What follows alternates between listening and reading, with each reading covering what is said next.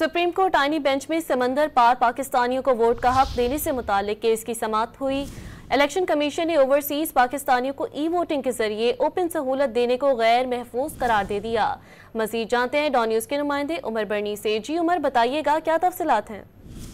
जी बिल्कुल, supreme court के justice Aminuddin Khan की सरबराही में 5 रुकनी आईनी बेंच ने समंदर पार पाकिस्तानियों को वोट का हक देने से मुतल्लिक केस की समाअत की। अदालत ने नादरा और इलेक्शन कमीशन से 2 हफ्तों में तफसीली तहरीरी जवाब मांग लिया। अदालत ने हिदायत की कि बताया जाए कि ओवरसीज वोटिंग के लिए अब तक क्या इकदाम किए गए। दौरान समाअत इलेक्शन कमीशन ने ओवरसीज पाकिस्तानियों की ई वोटिंग के जरिए ओपन सहूलत देने को गैर महफूज करार दे दिया। वकील इलेक्शन कमीशन ने मौकफ इख्तियार किया कि 35 हल्कों में ई वोटिंग करवाई गई, जिसकी रिपोर्ट सेनेट कमेटी में भी जमा करवा चुके हैं। इलेक्शन कमीशन के डायरेक्टर इंफॉर्मेशन टेक्नोलॉजी ने कहा कि 1 से 3 घंटे तक ई वोटिंग निजाम पर संजीदा हमला किया गया। बड़े पैमाने पर ई वोटिंग से हैकिंग का बड़ा खतरा है। जस्टिस मोहम्मद अली मजहर ने इस्तफसार किया कि इलेक्शन कमीशन को ई वोटिंग से इतना खतरा क्यों है? इतना खतरा है तो फायरवॉल क्या करती है? वकील इलेक्शन कमीशन ने मौकफ अपनाया कि ई वोटिंग को तो सब सेनेटर्स ने ना कराने का कहा। ई वोटिंग बनाने के लिए बैनुल अक़वामी माहिरीन की खिदमात ली गई थी।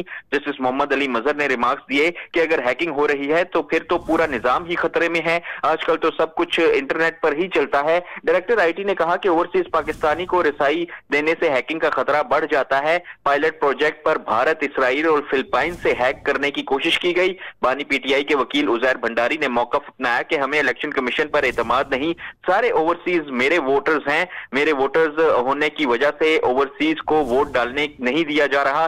जस्टिस मुसर्रत हिलाली ने रिमार्क्स दिए कि ऐसी बात नहीं है। जस्टिस जमाल खान मंदोखेल ने रिमार्क्स दिए कि इलेक्शन कमीशन की रिपोर्ट पार्लियामेंट जा चुकी, आप भी पार्लियामेंट जाएं। इस मौके पर वकील आरिफ चौधरी ने मौकफ इख्तियार किया कि पार्लियामान कानून बना चुकी, अब तो सुप्रीम कोर्ट ने फैसला करना है। जस्टिस जमाल खान मंदोखेल ने रिमार्क्स दिए कि फिर पार्लियामान को बंद कर देते हैं। वकील आरिफ चौधरी ने कहा कि पार्लियामेंट को चलाने के लिए सुप्रीम कोर्ट को बंद करने की कोशिश हो रही है।